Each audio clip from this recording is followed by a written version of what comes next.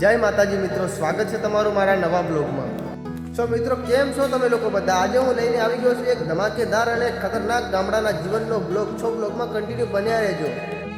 મિત્રો જોઈ શકો છો, અત્યારે નાનકડું તમને સેમ્પલ બતાવી દઉં. ગામડાના જીવનનું ખૂબ જ સરસ છે મિત્રો, જોઈ શકો છો. આ નાની નાના ઝાડવાઓ છે, આંબો છે વગેરે વગેરે. અહીંયા આપણા ગાયોને બધા બકરીને ચરવા આવે છે. અને વાતાવરણ જોઈ શકો છો, પાક પણ શું શું કર્યો છે જોઈ શકો છો. એક તો પહાડ પર પણ કર્યો છે. આ પડી છે આપણી બાઈક. મિત્રો બ્લોગમાં ખૂબ જ મજા આવશે, તો તમે બ્લોગમાં કન્ટિન્યુ બન્યા રહેજો અને ચેનલને સબસ્ક્રાઈબ કરી નાખજો. જય માતાજી.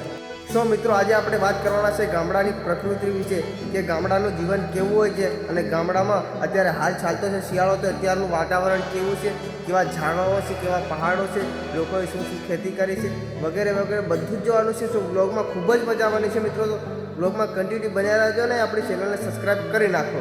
જય માતાજી. જોઈ શકો છો, જે આ રસ્તો છે ને, અહીંયાથી ગાય, ભેંસ, બકરી બધા જ પશુ ચાલીને અંદર છે ત્યાં લગીને મતલબ ચરવા જાય છે. અને આ છે વાતાવરણ. આ સ્પેશિયલ તેમના માટે જ ગૌચરણની જમીન છે, જોઈ શકો છો. અહીંયાથી તે ચરવા જાય છે. બ્લોગમાં ખૂબ જ મજા આવવાની છે મિત્રો, તો બ્લોગમાં કન્ટિન્યુ બન્યા રહેજો. જય માતાજી.